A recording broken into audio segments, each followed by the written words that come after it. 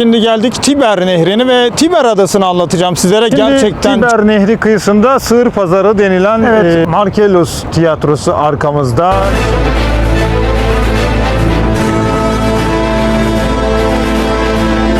Evet, şimdi Roma'da arkamda Marcellus tiyatrosu var. Orta Çağ ve sonrasında üzerine saray yapmışlar. Gariplikler her yerde, dangozluk her yerde gördüğünüz gibi.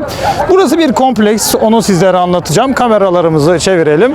Marcellus tiyatrosu burası. Daha sonra Apollon Sosianus tapınağını anlatacağım sizlere. İleride de Octavian portikası var. Onu anlatacağım. İlerleyelim bakalım. Evet, şimdi bu Marcellus tiyatrosu, Apollon Sosianus tapınağı ve Octavian portikosu. Burası bir kompleks. Onu geziyoruz. Arkamda Octavian portikosu var. Hemen kameralarımızı çevirelim. Şöyle güzel bir açı bulalım.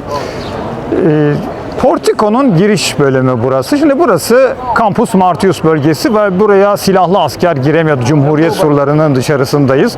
Campus Martius bölgesi ve buraya da bu portikoyu yaptırıyorlar.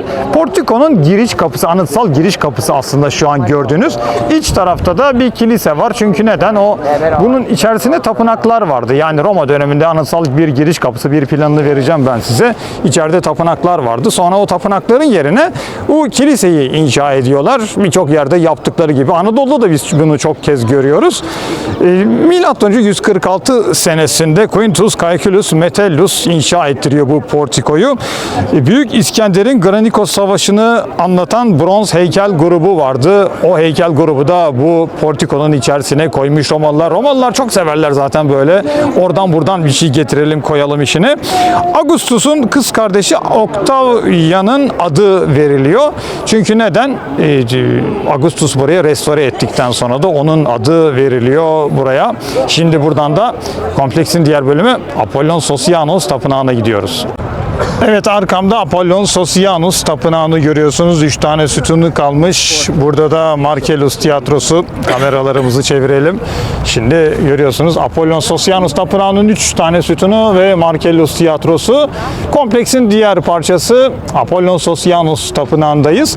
Şimdi Apollon Doğu kökenli bir kült olduğu için ne dedim size? Burası Cumhuriyet surlarının dışı. Surlar şuradan geçiyordu ve surların dışına atmışlar Apollon tapınağını da. Oldukça erken dönem inşası, çünkü bunun milattan önce 5. yüzyılda burada bir veba salgını oluyor ve Konsul Gaius Julius Mento bu tapınağa işte adak adıyor. Salgın geçerse ben tapınak yapacağım falan diyor ve sonra da bu tapınağı inşa ediyorlar. Tabii milattan sonra 31 senesinde herhalde yine Roma'nın derdi bitmiyor. Olaylar devam ediyor. İsyanlar filan tabii çıkıyor devamlı, burada sorunlar var. Bu Sulla Sezar dönemleri çok kötü dönemler çünkü. Gaius Sosius isimli asker devlet adamına tapınağı yeniden restore ettirdiği için Apollon Sosianus, adamın adını da Apollon'un yanına konduruvermişler. Böyle bir durum var burada. 1930'lu yıllarda da, şimdi şurada bir yaklaşalım.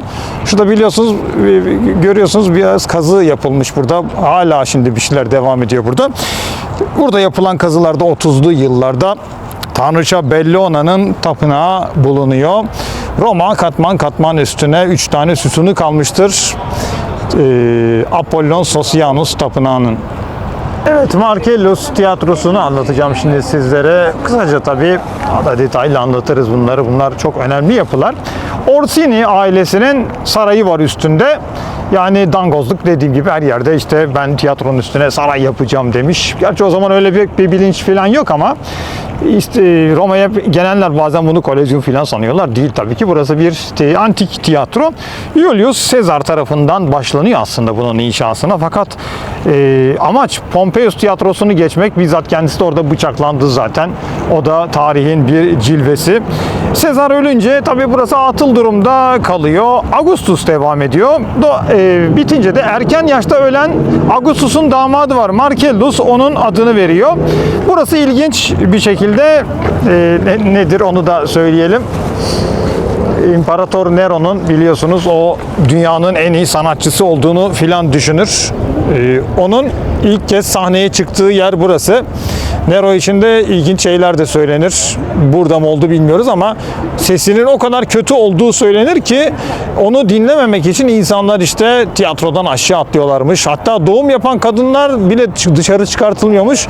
Millet ölü taklidi falan yapıyormuş çıkmak için. Herhalde yani bir insanın sesi nasıl bu kadar kötü olabilir onu da anlamak zor ama Suetonius, antik kaynaklarımızdan Suetonius bize böyle olduğunu söylüyor. Size bu kompleksten bahsetmeye çalıştım. Hemen yine kameralarımızı çevirelim. Burada görüyorsunuz Marcellus Tiyatrosu, Apollon Sosianus Tapınağı, hemen ileride de Octavia Portikosu. Burası bir kompleks böyle. Hemen ileride de gördüğünüz yerde işte Campidoglio şimdi dedikleri aslında Kapitol Tepesi ama işte onu da çevirmiş İtalyanlar öyle. Burası da büyük ihtimalle işte dediğim gibi o Bellona Tapınağı'nın olduğu yer. Bir tane tanrıça Bellona Tapınağı varmış burada. Sonrasında da Apollon Sosianus Tapınağı'nı inşa ediyorlar. Evet, şimdi Roma'da Kapitol Tepesi'nde İtalyanlar yakın zamanda bir heykeli ayağa kaldırdı. İmparator Konstantinus'un heykeli. İstanbul için çok önemli bir resim biliyorsunuz. İstanbul'u gerçekten dünyanın başkenti yapan milattan sonra 330 senesinde adam, işte bu adam. Onun heykelini kaldırdılar. Şimdi ben ona bir çevireceğim kamerayı. Şöyle bir bakalım. Şöyle güzel bir açı olsun. Ayarlayalım şunu şöyle. Evet, yakından da güzel veririm ben bunu. Gerçekten devasa boyutlarda bir heykel. Buradaki insanlardan ölçü alabilirsiniz. Konstantinus anlatacağız. Gerçekten çok ilginç bir adam. En başta şunu söyleyelim. Girdiği hiçbir savaşı kaybetmemiş bir adam Konstantinus. Milattan sonra 272 senesinde öyle başladım hep klasik olduğu gibi. Sırbistan'ın, günümüzdeki Sırbistan'ın Niš kentinde doğuyor. 306 senesinde ise bunun babası Konstantinus Chlorus. Kim bu Konstantinus Chlorus? Bildiğiniz gibi tetrarşi dönemi var. 4 tane tetrark ve York'ta babası bunun. İşte Diokletianus'un yaptığı işler, imparatorluğu 4 farklı yerden yöneteceğiz. Çünkü imparatorluk öyle bir büyüdü ki diyor, biz bunu yönetemeyiz diyor. Ve Konstantinus'u da o dönemde daha bir prens. Diokletianus'un sarayında filan bu Konstantinus. Fakat babası Konstantinus Chlorus York'ta. Tabi babası Konstantinus Chlorus öldüğünde Konstantinus'u 306 senesinde etrafındaki ordu komutanları imparator ilan ediyorlar. Ve bunun arkasından Roma'da hiçbir zaman bizim görmekten yılmadığımız olay oluyor. Nedir? Herkes birbirine giriyor. Tıpkı Habil'le Kabil gibi, işte nerede Remus'la Romulus'ta gördüğümüz gibi birbirlerine giriyorlar. Tetrarklar birbirine giriyor. Daha sonra Konstantinus işte bunlardan Maxentius'ta bir savaş yapacak. Licinius'ta savaş yapacak. Şimdi bu Maxentius'ta yaptığı bir savaş var. Bu gerçekten çok önemli. Dünya tarihi için çok önemli. Şimdi bu savaşta ne oluyor? Şöyle çevirelim. Bu savaşta Roma'ya yakın bir yer burası. Ben oraya da gideceğim bu ziyaretimde. Geçen sefer kısmet olmamıştı, gitmemiştik. Milvium Köprüsü'nün olduğu yer. Çok merak ediyorum gerçekten. Bir tane de taş var. Onu da yakından görmek istiyorum. İşte savaşın yapıldığı yer falan yazıyor. Burada savaşa tutuşuyorlar Maxentius'la. Ve bu savaşta ilginç bir şey oluyor. Bazı anlatımlara göre Lactantius farklı anlatıyor bize. İşte Eusebius farklı anlatıyor. İşte ya rüyasında görüyor ya işte savaş anında gökyüzünde bir haç çıkıyor ortaya.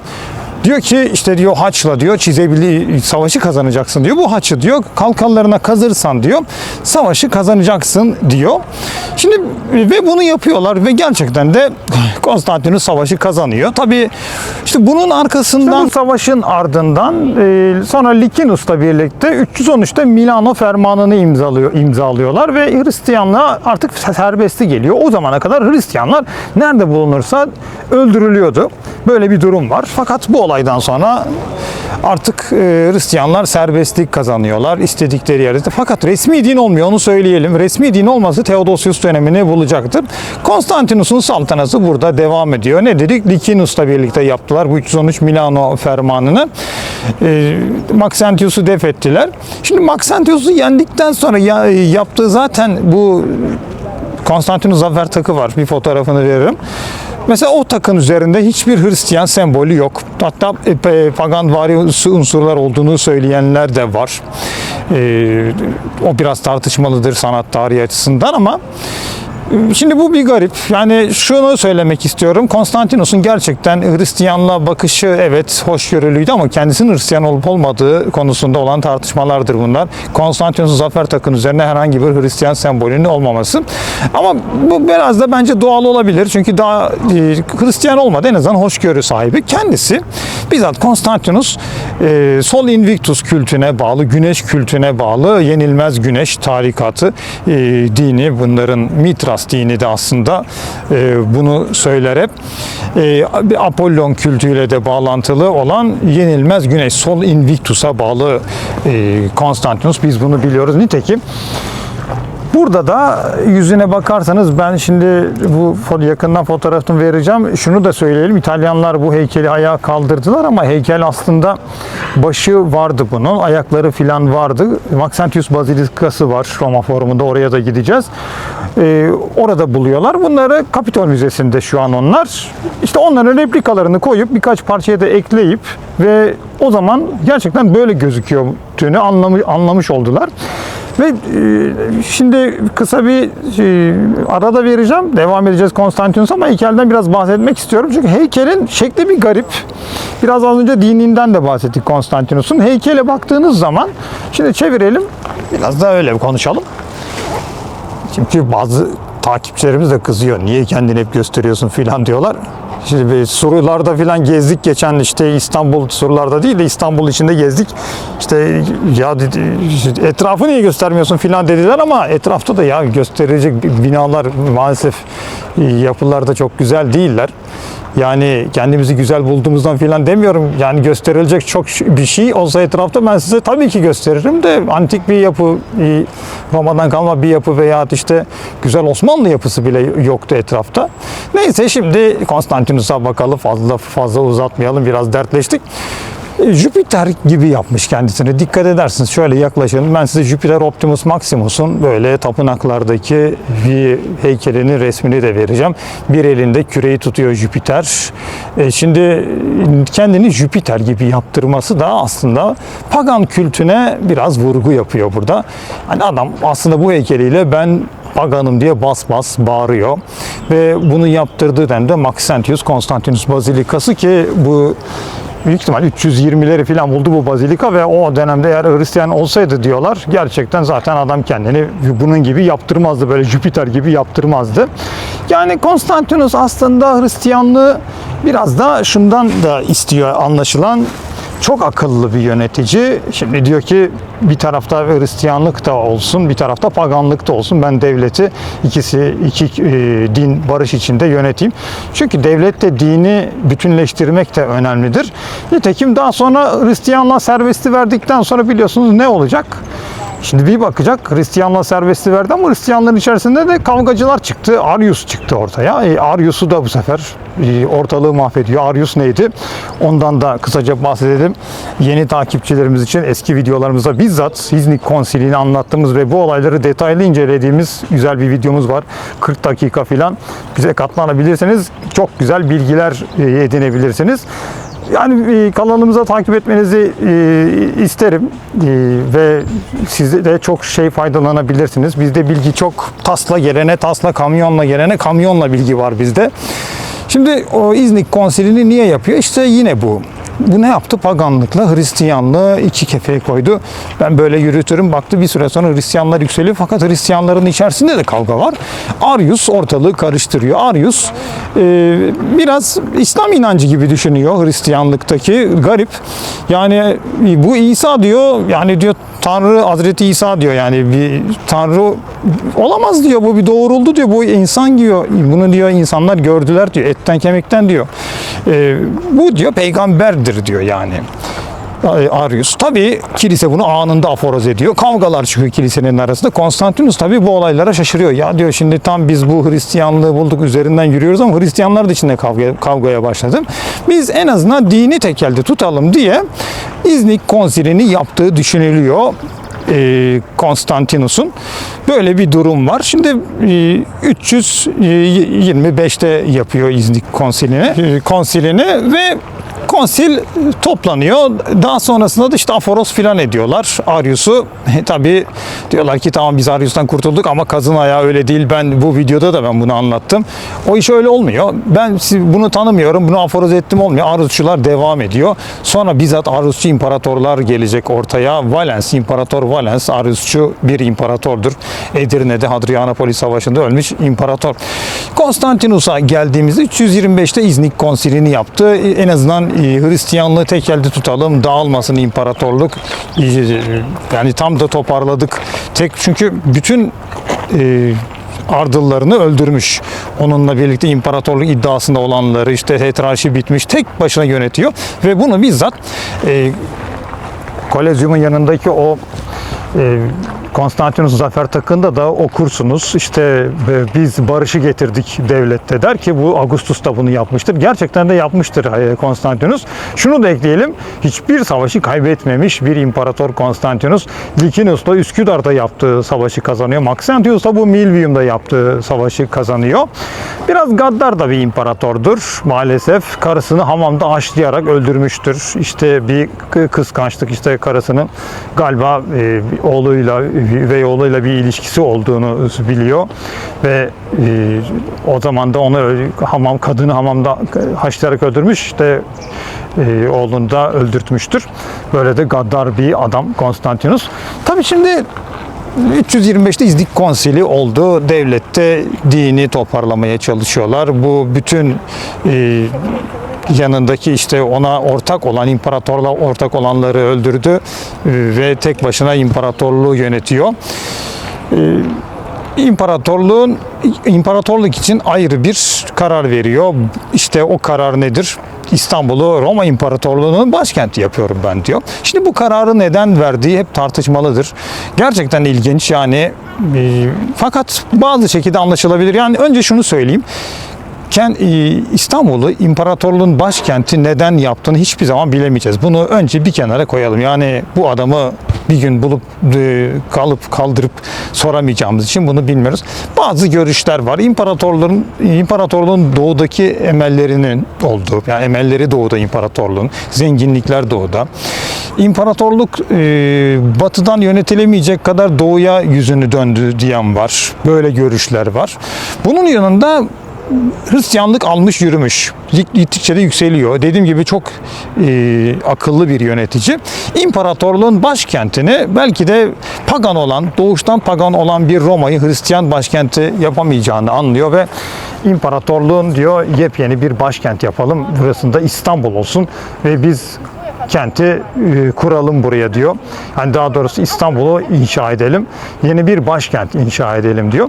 Ve bunu gerçekten de yapıyor. O dönemin işte konsülleri var ve senatörleri var. Flexonos bunlardan bir tanesidir mesela. İstanbul'a çağırıyor. İstanbul'da yeni bir senato ortaya çıkıyor ve Konstantinus bizzat İstanbul'u kurmaya başlıyorlar ve diyorlar ki burası imparatorluğun yeni başkenti. Dünyanın her yerinden buraya en önemli eserleri getireceksiniz der ve işte bizim şu an Yılanlı Sütun, Sultanahmet'te duran bunun gibi birçok sütunu, Çemberli Taş, bunun gibi sütunları, yapıları, en güzel yapıları İstanbul'a getirir ve imparatorluğun başkentini İstanbul'a taşıyacaktır Konstantinus. Ve 11 Mayıs 330 senesinde de açılışı yapılır İstanbul'un. Tabii 11 Mayıs ilginç bir tarih. Şimdi 11 Mayıs tarihi aynı zamanda bu Paskalya'ya filan da denk geliyor ama daha ilginç bir tarih var.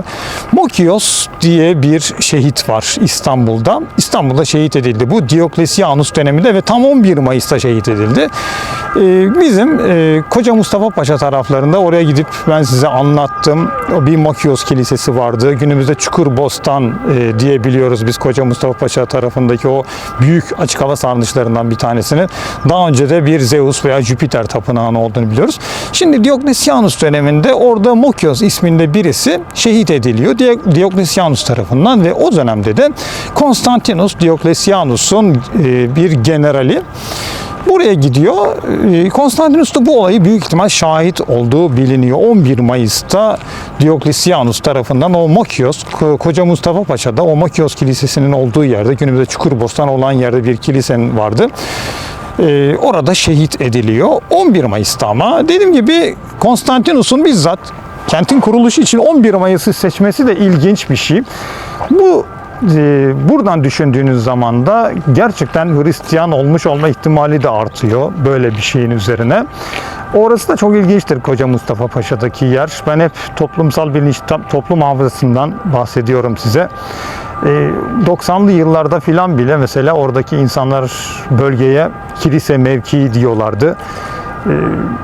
Orada bir kilise var Roma döneminde ve bunlar da kilise mevkii diyorlar. Ve halbuki kilisenin hiçbir izi kalmamış orada fakat o insanlar kilise mevkii demeye devam ediyorlardı. Toplum hafızasında yaşaması da ilginçtir. Yani buradaki o kilisenin Mokios Kilisesi'nde Zeus tapınağında yapılıyor. Sonrasında da oraya Aziz Mokios'un öldürüldüğü için bir kilisesi inşa ediliyor. 11 Mayıs tarihi buna çok vurgulanır. Belki de gerçekten böyledir. Şimdi biraz da heykele dönelim. Heykelden de biraz bir bakalım. Dediğim gibi yine bir Jüpiter şeklinde yapmışlar. Tabii 11 Mayıs 330 İstanbul'u imparatorluğun başkenti ilan ediyor. Sonrasında 337 senesinde, 272 senesinde doğan Konstantinus 337 senesinde ölecektir. Cenazesi bizzat kendisinin yaptırdığı günümüzde Fatih Camisi'nin olduğu kutsal yere o dönemde Kutsal Havariler Kilisesi inşa ediliyor. Oraya defnedilecektir. Şimdi tabii defnedilmesi de biraz ilginç Konstantinus'un. İşte 12 Havariler Kilisesi. Şu da ilginç. Orada daha önce 12 tane tapınağı olduğu da söyleniyor. Yani Fatih Camii'nin olduğu yerde. Yani aslında bir pagan tapınağı da olabilir orası. Oraya defnediliyor. 12 tane lahit yaptırmış ve 13. olarak da 13. havari olarak ortaya da kendisini koydurmuş ve şunu yapıyor. İşte generallerine gidin diyor. Her yerden diyor bu azizlerin 12 tane azizlerin havarileri 12 tane havarinin ne kalıntısını bulursanız oraya getirin diyor. İşte diyor ben de diyor 13. havari olarak ortalarında yatacağım bunun diyor. Bu da ilginç bir durum ve anlatılar böyle yani. Kutsal Havariler Kilisesi'nde 12 tane havarinin olduğu mezarın ortasında o İmparator Konstantinus 13. havari olarak oraya defnediliyor. Tabii Konstantinus'un cenazesi sonra ne oldu? Büyük bir ihtimalle 1204 senesinde Haçlılar geldiğinde onu da alıp götürdüler. İstanbul'un kurucusu Konstantinus'tan size kısaca bahsetmeye çalıştık. Hafızamız bakıyorum, zorlamaya çalışıyorum. Şimdi acaba unuttuğumuz, eklemek çalışacağımız bir şey var mı diye. Daha detaylar devam edecek. Roma'dan sizlere ilginç yapılar göreceğiz. Şimdiden haberini vereyim. Uzun bir yürüyüş yapmayı düşünüyorum. Tıpkı İstanbul'da İlber Ortaylı hocamızın anısına yaptığımız, onun verdiği bir rotanın anısına yaptığımız gibi uzun bir yürüyüş yapmayı düşünüyorum. Buralardan da geçerek görüşmek üzere. Kanalımızı takip etmeye, abone olmayı unutmayın. Yayınlarımız bu şekilde devam edecek. Roma'nın kurulduğu tepelerden bir tanesi Kapitol Tepesi'nden, Konstantinus heykelinden görüşmek üzere. Evet, şimdi Tiber Nehri kıyısında Sığır Pazarı denilen Forum Boarium denilen onların Romalıların Sığır Pazarı dedikleri bir yer Forum Boarium. Şimdi arkamızda bir cadde geçiyor. Markellus Tiyatrosu'ndan gelen cadde o. Ve hemen arkamda Hercules Tapınağı var. Şöyle diğer tarafta da Fortuna Virilis Tapınağı'nı görüyorsunuz. Şimdi kameralarımızı çevirelim. Herkül Tapınağı. Karşıda Fortuna Virilis Tapınağı. Yanında da çok güzel bir bahçe var. Oraya gidelim ve ben size bu iki tapınaktan ve Forum Boarium'dan, Romalılar buraya sığır pazarı derlerdi, hem bu tapınakların hikayesinden hem de size bölgeden biraz bahsedelim. Biraz ticaret bölgesiydi burası. Şimdi böyle çok güzel bir park var. Roma'ya geldiğinizde ziyaret etmenizi şiddetle tavsiye ederim. Kentin gürültüsünden, ki hemen önümüz o kadar kalabalık ki böyle, şu an biraz da yaz mevsimi olunca. Şimdi buraya geldik. Çok güzel gözüküyor buradan. Biraz da yaklaşırsam daha da güzel olacak. Ben yakından size, bizde hizmette sınır yok. Daha yakından da çok güzel, çünkü sütun başlıkları var bunun. Sonra bir kilise olduğunda yalnız o sütun başlıkları, ben şimdi bakıyorum bazıları değiştirilmiş onların. Roma dönemi sütun başlıklarını zaten bizim sıkı takipçilerimiz hemen anlayacaktır. Hangileri Roma dönemi, hangileri işte Orta Çağ kilise dönemi sütun başlıkları olduğunu. Çok sıkı takipçilerimiz var. Ben onları biliyorum. Onlara da çok selamlar. Yayınlarımızı sıkı takip edenler ve yorum yapanlar. Şimdi burası Tiber kıyısında Herkül ve Fortuna Virilis tapınakları, dediğim gibi. Forum Boarium, sığır pazarı olarak geçiyor. Anlatılara göre bu karşımızdaki Herkül tapınağı kentin kuruluşundan önce bile buradaydı. Bazıları tapınağı kuranların Kartacalılar olduğunu söylüyor. Kartaca demek ticaret demek. İşte Tiber Nehri'nden ticaret yapılıyor. Gerçekten Kartacalılar da kurmuş olabilir bu arada. Onu da söyleyelim. Milattan önce 120'ye tarihleniyor. Ancak yapılan çalışmalarda, yani Kartaca dönemi, o dönemlere milattan önce 6. yüzyıldan filan bahsediyor. Milattan önce 5. yüzyıl bahsediliyor ama büyük ihtimal değil. Belki o zaman bir tapınak sunak vardı ama sonradan yapılan çalışmalar günümüzde milattan önce 120 senesinde inşa edildiğini gösteriyor bu tapınak. Plan olarak yuvarlak plana sahip. Vesta Bakireler Tapınağı'yla sık sık karıştırılır bu. Bazıları böyle anlatıyorlar, tabii yanlış olarak. Maalesef Vesta Tapınağı kesinlikle bir kere Roma Forumu'nun içerisindeydi. Zeytinyağı tüccarlarının tanrısı Hercules Olivarius'a adandığı bilinir bu tapınağın. O da önemli. Tolos planlı, yuvarlak planlı ve 20 tane Korint sütun var. Ben size yakından, dediğim gibi az önce göstereceğim. Onu anlayacaksınız. Şimdi şuradan döndüğümüz zaman da neyle karşılaşıyoruz? Bu sefer de Pseudoperipteros tapınak mimarisinde Pseudoperipteros denen tipte tapınaklar. Şimdi şurada sütunları görüyorsunuz. Sütunlar içeri gömülmüş şekilde. Peripteros planlı bir tapınak olsaydı o sütunlar sellanın dışarısında olacaklardı. Peripteros planlı olacaktı. Pseudoperipteros ne demek? Yalancı peripteros. Yani aslında bu peripterosun yalancısı. O sütunları duvara yarı gömdükleri zaman Pseudoperipteros oluyor bu tapınak. Fortuna Virilis Tapınağı diye geçer. Başka bir videosunu da ben vereceğim. Ön taraftan, şu an biz tapınağın yan tarafındayız çünkü. Ama Fortuna Virilis ama mesela ne demek? Fortuna talih tanrıçası değil mi? Değil. O biraz da yanlış bir tanımlama. Portunus, liman tanrısı Portunus'a adandığı düşünülüyor bunun. Çok büyük ihtimalle de bence de öyle. Ticari malların limana varışını kutsama amaçlı inşa edildi buraya. Milattan önce 1. yüzyılda yapılan bir tapınak. Yivli sütunları var. Bunları zaten çok rahatlıkla anlayabiliyorsunuz. Siz volkanik tüf ve travertenden inşa edildi ve mermer görünümü vermesi için de üzeri beyaz tüko ile kaplanmış bu tapınağın. Şimdi burası kentin en eski ticaret meydanı ve sığır pazarı Forum. Romanum'un aksine burası böyle yani halkın, tüccarların, denizcilerin toplandığı, sığır ticaretinden zeytinyağına, başka şeylerin satışına kadar, ama genelde bir ticaret bölgesi. Ticaretin döndüğü bir yer burası ve liman mahallesi ruhuna sahipti Roma döneminde. Çünkü Tiber Nehri kıyısındayız biz.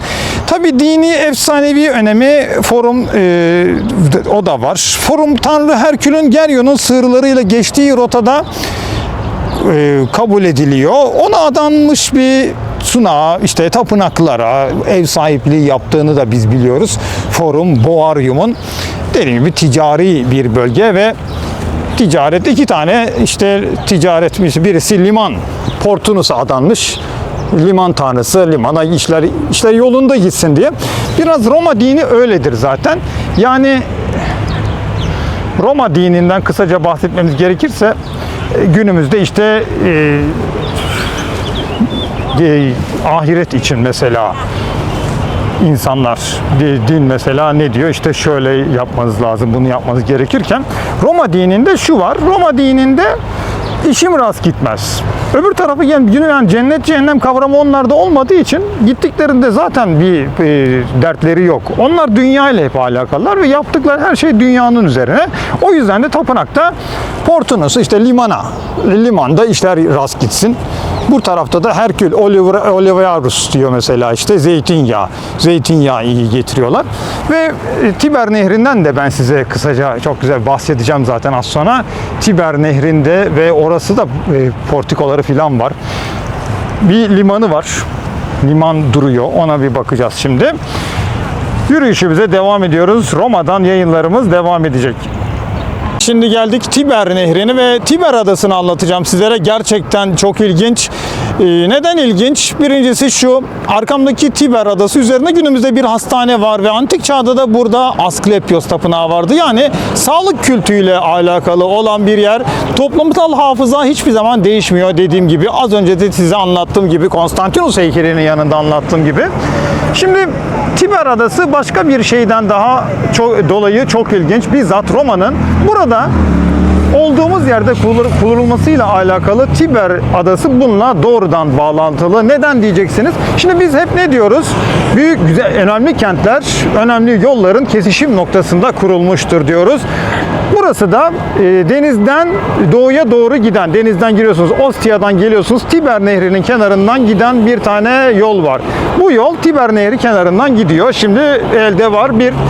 Ve kuzeyden güneye Etrurya'dan Kampanya'ya giden bir yol daha var. Bu yolda Tiber'i geçmesi lazım tabii. Tiber'i nerede geçecek? Şimdi kameralarımızı çevirelim ve ben size Tiber'in ne kadar geniş olduğundan da bahsedeyim. Şurayı görüyorsunuz, Tiber'in bir ucu. Burası ada, arka tarafta bir bu kadar daha bölüm var gerçekten. Şimdi günümüzde işte bu köprüyü yapıyorsunuz ama geçiyorsunuz ama antik çağda böyle değildi bu iş. İki tane küçük köprü kurmuşlar buraya ve böylece Tiber'i rahatlıkla geçiyorlar. Bu Tiber'i rahatlıkla geçtikleri için insanlar buradan gidiyorlar ve iki yolda kesişmiş oluyor. Ne dedim ben? Doğudan batıya giden Tiber'in kenarındaki yolla Tiber'i kuzeyden güneye geçen ada üzerinden giden yol burada birleşince Roma'nın da burada kurulması tabii vuku buluyor, önem arz ediyor. Roma böylece gelişmiş bir kent oluyor. Tiber Nehri bundan dolayı, Tiber Adası düzeltiyorum, bundan dolayı kent için çok önemli. Adadaki Asklepios Tapınağı'ndan biraz bahsettik. Tiber Nehri kent için çok önemli. Tiber Roma'yı besliyordu. Bütün tahıl ambarları filan nehrin kenarlarındaydı ki Porta Aemilia var. Bazı kalıntıları halen var. Bulabilirsem işte apartmanların arasında filan, İnşallah başımıza bir şey gelmez. Orada girip size anlatmak istiyorum onları.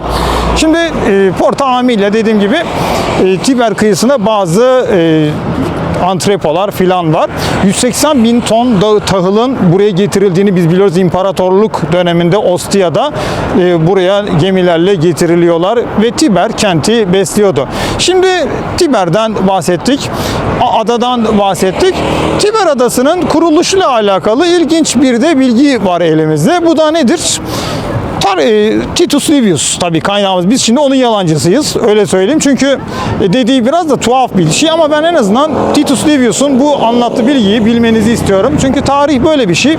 Mitoloji bile olsa bilmemiz lazım. Bize bazı bilgiler veriyor. Titus Livius şöyle diyor. Son kral Tarquinius Superbus var biliyorsunuz. Roma'dan kovulan Cumhuriyet döneminin başlamasına sebep olan Tarquinius Superbus. İşte bir Lucretia'ya tecavüz ettiği için Roma'dan kovulur, gönderilir bu adam. O gönderildikten sonra bunun bazı arazileri var. Günümüzde Marcellus Tiyatrosu ve Pantheon civarlarında olan yerlerde biz şu an ona Campus Martius diyoruz. Tabii antik Roma böyle diyordu. Campus Martius bölgesi. O bölge onun arazileri ve mısırlıkları varmış adamın. Şimdi adamı buradan kovuyorlar Tarquinius Superbus'u. Kovduktan sonra adamın koçan Mısırları var tabii. Şimdi Tanrı Mars'a adıyorlar o bölgeyi. Tanrı Mars'a adadıkları zaman da ne oluyor? Şimdi diyorlar biz bu Mısırları oturup yiyemeyiz. Çünkü bölge Tanrı Mars'a adandı diyorlar. Ne yapalım? Biz en iyisi bunları Tiber Nehri'ne atalım diyorlar ve Tiber Nehri'ne attıklarında Mısır koçanları da gidiyorlar. İşte bu güzel görüntüler eşliğinde size şöyle anlatalım. Tiber Nehri'ni tıkadıkları için de Tiber Nehri'nin oluştuğunu söylüyor en azından. Titus Livius bize böyle söylüyor. Tiber Nehri'nden biraz görmenizi istiyorum şöyle. Yakından ben videolarını da veririm. Hatta ben de bir çizim bulabilirsem veririm. Üzerinde bir Asklepios tapınağı. Gerçekten şurada insan ve Asklepios tapınağını düşünebiliyor. Ben hayal edebiliyorum. En azından sizlerin de çok iyi hayal edeceğini biliyorum. Debisi halen yüksek. Yaklaşabilirsek daha güzel videolarını ben veririm. Hemen yanımızda da bir köprü vardır. Bu köprü, bu da Roma dönemi köprüsü. Yıkılmış bir köprüdür. Bunun da bir kitabesi var. Onu da ben sizlere vereceğim, anlatacağım. Şöyle de aşağı bakalım Tiber Nehri'ne. Kentin içinden bir nehir geçiyor. Tabii şunu da hemen eklemeyi ihmal etmeyelim. İmparatorluğun diğer başkenti İstanbul'a taşındığında İstanbul'un içerisinden de bir nehir geçiyordu. Likus Nehri. Günümüzdeki Bayrampaşa Deresi. Dere falan kalmadı artık. Biz içinden metro geçiriyoruz bir tane onun. Bu işte Aksaray Yeni Kapı'dan başlayıp Aksaray Emniyet Fatih sonra Zeytinburnu'na giden metrodan bahsediyorum size. Onun geçtiği yer tam olarak bir aslında nehir. Oradan geçiyordu ve iki tane kentin arasından da içinden de nehir geçiyor. Tabii o nehir kurudu gitti filan ama İstanbul bence çok daha güzel, çok daha etkileyici. Çünkü İstanbul'un içinden hiç Roma gibi değil. Bizzat bir deniz geçiyor. Bir boğaz var. Ben hep söylüyorum İstanbul yani böyle estetikle güzel olmuş bir insana benzer.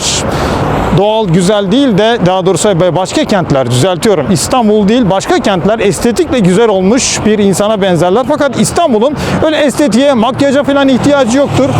Roma'yı da tutun, Paris'i tutun, Londra'yı tutun, bütün dünyanın en güzel kentlerini tutun. Üzerindeki her şeyi yıkabilirsiniz. Ama İstanbul yaşar. İstanbul o doğal güzelliğiyle, boğazıyla, Haliç'iyle hiçbir binanın olmadığını düşünün İstanbul'da. İstanbul halen yaşar. Fakat Roma da dahil. Roma tabii üzerindeki eserlerle çok güzel. Tabii Tiber Nehri falan da çok güzel ama eserlerle çok güzel oluyor. Dediğim gibi bunlar bir makyaj. Benim bence hatta ben Paris'i falan onları ben zaten çok tabii antik çağ düşkünü olduğumuz için onları pek zaten liste dışı bırakıyoruz ama yani kısacası İstanbul üzerindeki bütün binaları yıksanız bile hala çok güzeldir. Roma'ya da doğal güzellik açısından da bence 10 basar. Bunu da kentimiz olduğu için de onu biraz daha öne çıkarmak için söyledim. Bu güzelliğin arkası tabii Roma'nın da hakkını yememiz lazım. Onun da tarihi var. Dünya tarihine başkentlik yapmış. Üzerine basa basa bunu da söylememiz lazım. Yürüyüşümüze devam ediyoruz.